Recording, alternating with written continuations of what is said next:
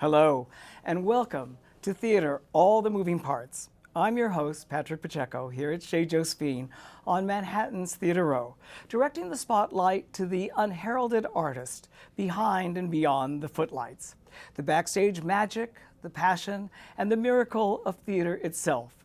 And there are few artists as passionate about what they do as our guest for today, Clint Ramos.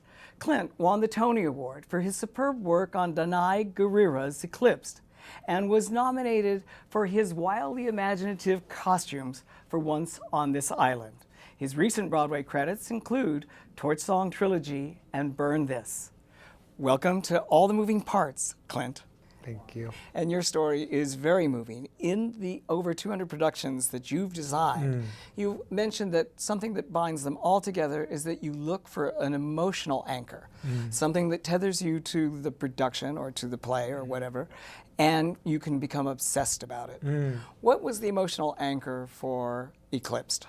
The emotional anchor that I look for really it has to do with my identity and it has to do with my experience. And I think for Eclipsed, and I think for most of the projects that I do, but specifically for Eclipsed, the anchor that I was trying to find was this idea of home, finding that sense of belonging, especially after tumultuous times. You know, Eclipsed was based on these women who suffered under the very protracted Liberian War. I wanted to find something that I felt very strongly about.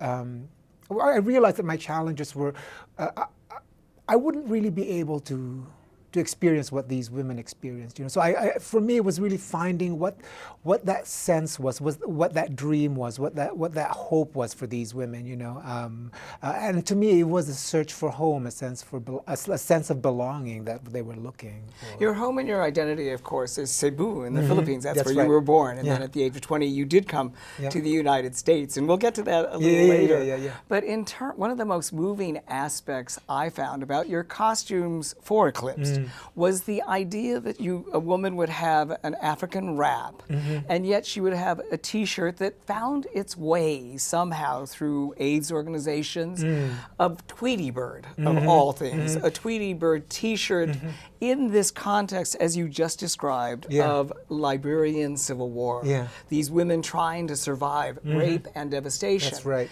Was it that innocence that you were looking for, the innocence of Tweety Bird married to the context of war? Yes, thank you for mentioning that. I think what a lot of people don't know is that Africa has virtually become a repository for America's discards.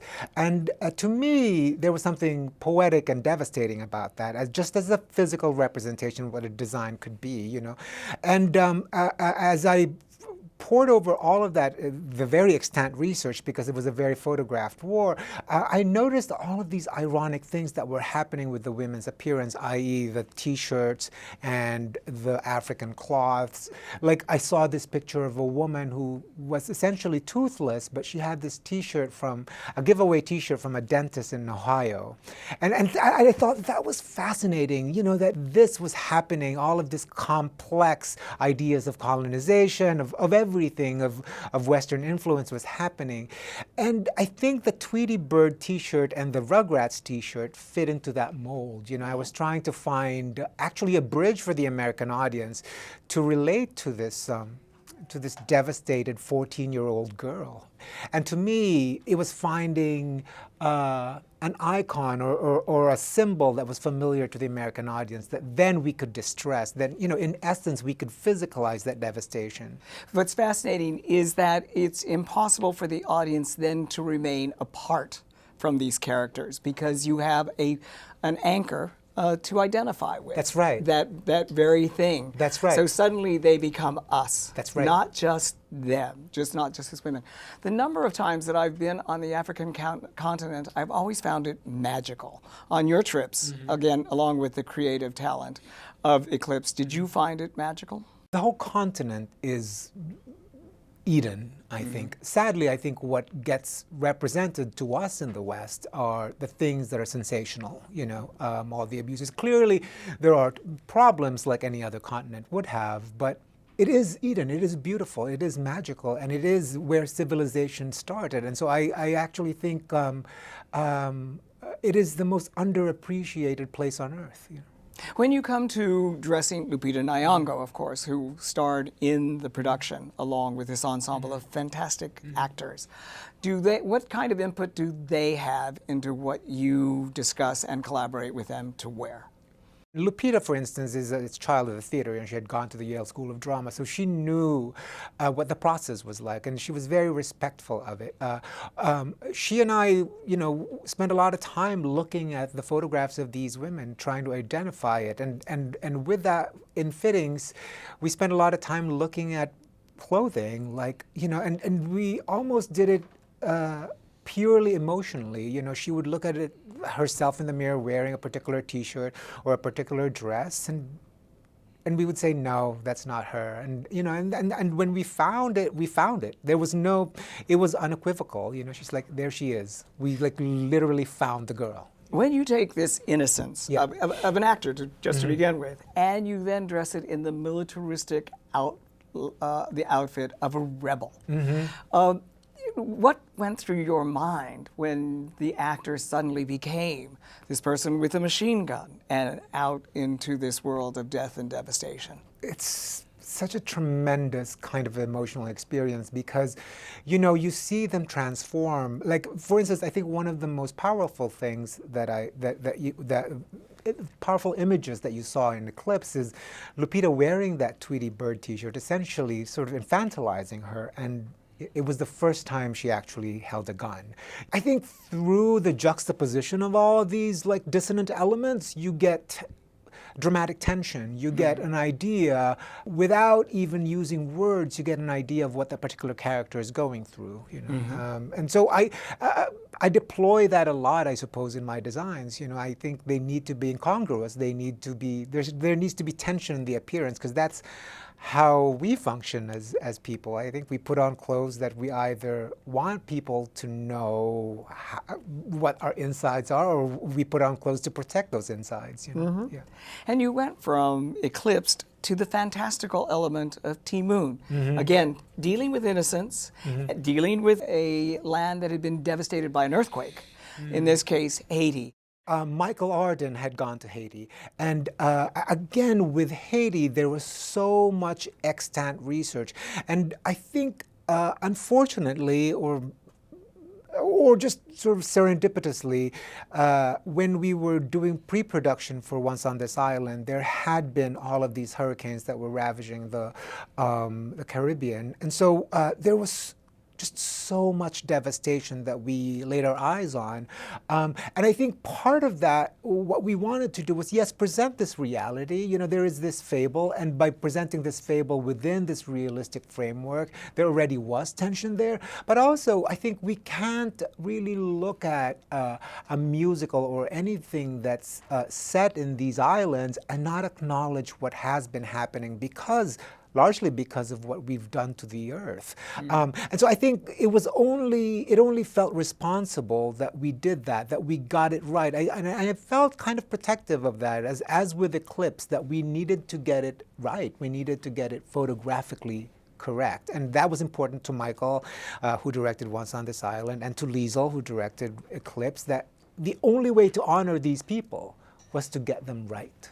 The interesting thing about both Africa and Haiti is the utilitarianism of its people. Nothing goes to waste. That's right. Absolutely nothing. Yeah. You go to Africa and you see that the young boys have taken wires and created a bicycle out of rubber and wire. Yeah. And that that was a lot of inspiration, I gather, for Once on This Island, obviously. Yeah, that's right. I think for Once on This Island, I thought a lot about Timoon, and about how she related to the hurricane. And Timoon, in essence, was discarded.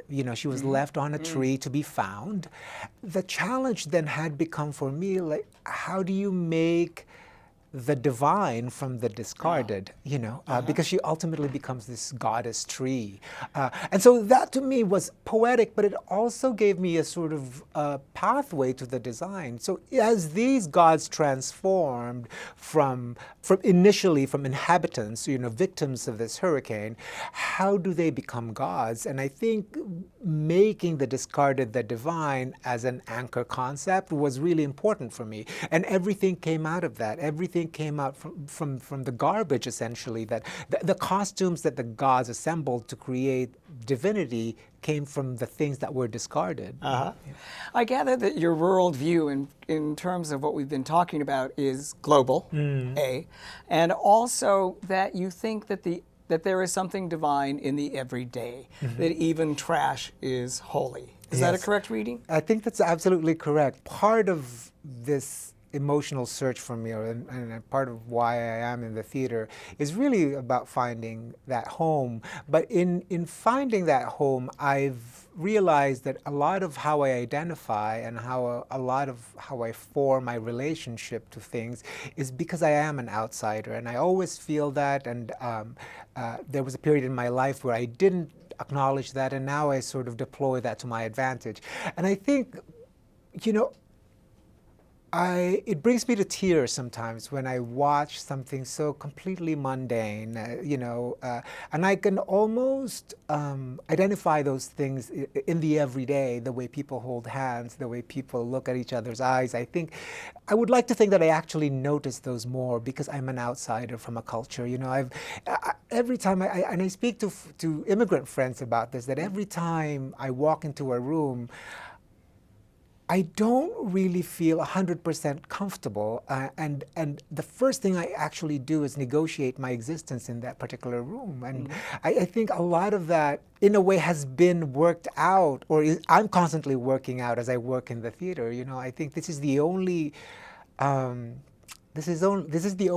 think, artistic medium that we can do that. We can literally work our stuff out in the room. Getting back to Once on This Island and Alex Newell's costume, if you can talk a little bit about that, because it's such a fascinating metamorphosis from a food vendor, who then becomes the Mother Earth god, right? Who feeds its people, and her costume is a tablecloth. Her costume is a tablecloth. They call it tabling, and it's or an oilcloth. It's ubiquitous in these developing countries. I know that it's ubiquitous in Haiti, but it's also found in Philippines, in Mexico.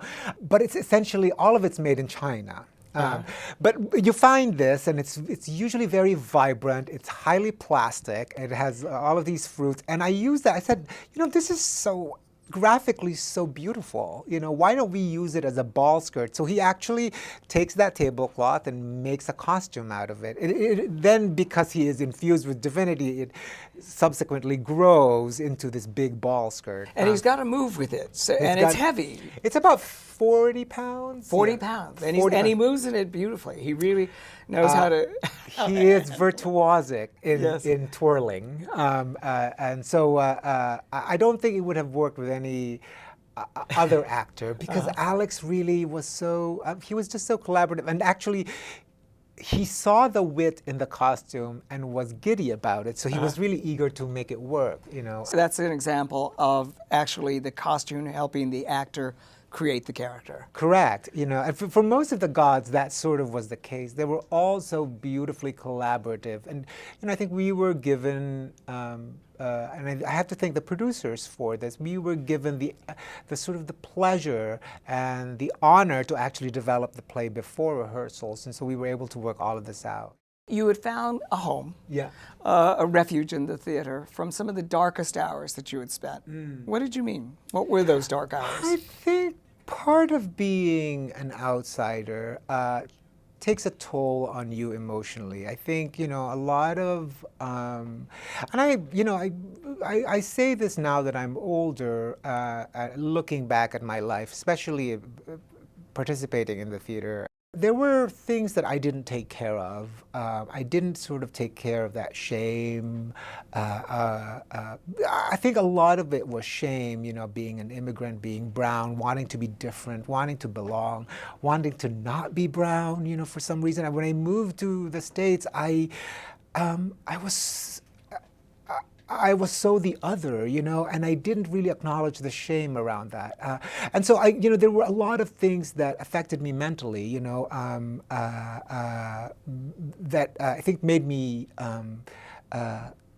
do things that were abusive to myself. And so a lot of that became unchecked, and and like most people in the theater, I think we try to do it through community. We try to do it through work.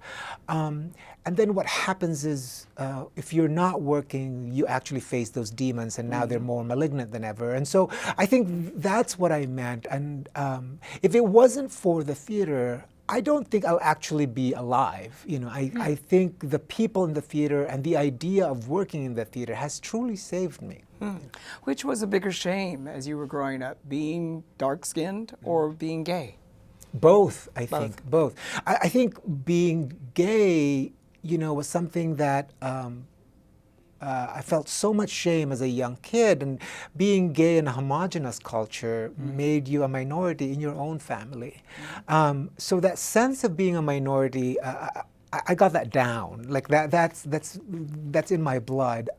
But then coming to America, it doubled, because now all of a sudden I'm not white, and so I didn't really address that. And I think one of the things that I do now is I mentor a lot of immigrant designers and really think about what that means, when they go to school, in a way they're still living in a vacuum, a vacuum of idealism where people propose new ways of living that are so way advanced than where we are as humans in the present, that it's quite a shock for them when they come out, and they don't, I think I can speak for myself, I didn't really know how to maneuver that, I know that a lot of what saved me was that the people who hired me, who welcomed me when I was coming out of grad school were people of color and women. Willa Kim, for example. Yeah, yes? Willa Kim, George Wolfe. So I just literally went where the love was. I didn't know, especially women, I think. I didn't know I thought that was just some sort of quirk or aberration. Of course, now data shows that women are more apt to hire people of color, and so it only makes sense to me that women should be in positions of leadership, especially in the theater where we yearn for more inclusion. And so a lot of that needs to be negotiated, especially as an artist of color. I think a lot of people don't understand that we walk into the room, and I know women feel this way. We walk into a room, and most of the time we're the only one. And so work already begins for us before the real work even starts. We're already working. For those people that may be watching this who are living the shame that you lived, what can you tell them to get through the shame? I can tell them what I was told. I can tell them that you need to go where the love is. You need to go and seek out your family. You need to go where you and your talents are appreciated, and work there. Practice your craft there. Practice there. And I think, to me, looking back, I never really thought of I'm going to design on Broadway, I'm going to win a Tony Award or anything like that. I just wanted to work. I just wanted to practice. It was necessary for me to do that. And I found my own salvation in that. Did you feel that it was impossible, that it wasn't going to happen for you? And how did you get over that hump? I still think that, if somebody asked me, where are you? Do you define yourself as mid-career or which are you? And I couldn't answer that question because I know that there are so many things that I still have to do and I yearn to do. There are mediums that I want to explore. There are things in the theater that I want to change. And so I'm not done. I didn't really think of it as something that was impossible or that there were these things that I could not do. I just really thought of it as things that I could not do yet, but I needed to figure out a way how to do it. What was the biggest fear you had to tame for yourself? That I wasn't enough, I suppose, that I couldn't do. It's interesting, Patrick, that you asked that question because, I think when I walk into these rooms, I think people inevitably, because of things that are systemic want to place you or want to categorize you in things that they think you ought to be doing, or they think you excel in this particular thing. So a lot of what my constant reprogramming, self-reprogramming is about, being able to do anything that I want to do, really. And I think that goes to everybody who works in the theater. You ought to be able to do anything you want to do. When you talk about the foreign outsider's point of view, it's interesting that you designed 6 Degrees of Separation, and you found yourself designing for these Upper East Side socialites. How foreign was that to you, and what do you think, as a foreigner, you were able to bring to that equation? Again, being an outsider, I think I noticed things about societies. I think for me, my anchor there was the boy. The outsider, the one who comes into this family of wealthy socialites and just wants to be belong by reinventing himself. Correct. And so I had to understand that specific kind of madness. And to a certain extent, I do understand it. It's a sense of belonging. My conversation with Tripp was about, the last time we saw this play was 20 years ago. So much has happened and so little has happened in between that. But to me, a big part, when I first saw that play, I was blown away, and this was 20 years ago. I could not understand how this middle-aged white man understood the psyche of this boy of color. This is John Guare, the playwright. This is John Guare, the playwright. The playwright. How did he understand him? It's so uncanny. It was perfect. Like he tapped into that source of shame, that source of guilt that a lot of young gay boys of color have, this sense of shame that can only be temporarily quenched by thinking of things that are aspirational. I know exactly what went through that boy's mind. If I can pretend that I am rich, if I can pretend that I am white, then I can probably breathe. Do you think that artists are con people on some levels, as this young man is a con man? So a lot of times actors will describe themselves as cons. Yeah. And I suppose artists on some levels are cons. Do you ever feel like a con? Oh, I always feel like a fraud all the time. And I suppose that's good because I work in the theater, and I think what's ironic about that is honesty is such a valued commodity. We always talk about how to present something in the most honest way. And I love that. I love that dichotomy of really what we're doing is not real. Right. We're trying to convince people that this is a thing, and we have to do that in the most honest way. You also designed a production for 2 of the biggest con people ever in history, and that was Imelda Marcos and Ferdinand Marcos, which brought you home in a way. Right. Yeah. In what way was that a challenge because it was so close to home? I love that project. And when I first got that call from Alex Timbers, I said, God, this is going to be so crazy. What are these white people doing? Writing about Imelda Marcos. But because we had a long gestation period where Alex and David were so collaborative and just opened their minds to what a psyche could be for this particular woman, it was one of the most satisfying processes I've ever had in the theater. And for me, because a lot of my identity was formed during the Marcos regime. I was a Marcos scholar in high school, so I have this love-hate relationship. Although, to a certain extent, a lot of women, including my mother, idolized her aesthetics. There's a swath of women in the Philippines who dress like Imelda, whose hair is like Imelda. But also, I am so aware of the injustice and the amount of money that they took from the Philippines, and thus making a large part of the population suffer the human rights abuses and all that. I think through Here Lies Love, I was able to sort of quiet a lot of those demons, a lot of the things that were haunting me by making it my mission to present this human as a human, humanize her. Even the most apparent evil has a human being behind them, and thus making them not monoliths of oppression, but rather human beings whose decisions were, whose failed decisions are based on social cultural things. And lost their way from wherever they came lost, from. Their way. We have to wrap up, but I wanted just to ask you, in terms of our conversation, Maya Angelou once said that people may forget what you did. They may forget what you said, but they will never forget how you made them feel. How would you like people to feel coming away from any production that you are involved with? I think that's it. I think I want them to feel. I think I want them to feel and channel that feeling to make the theater a venue for thought. You know, I think most of us watch, just watch, you know, experience. But I think for me, what's important is that how we channel that emotion, that emotional response to what we've just seen, and make the theater into a venue for thought. I think we need to start going to the theater to think, you know, to feel and then to think. Okay. And I think that will actually do a lot of things for our nation. Well, here's to everything that you've done for the nation, for the theater, and your entire history of Broadway thus far, and the inspirations that you've provided to a whole mentorship of young people that are coming up, and to what you've got coming up, including Soft Power and a public theater production, which is of Wild Goose Dreams. Of Wild Goose Dreams. So here is your dreams and the dreams that you're inspiring. Thank you, Patrick. And thank you for joining us.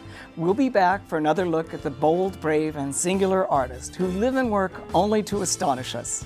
See you next month.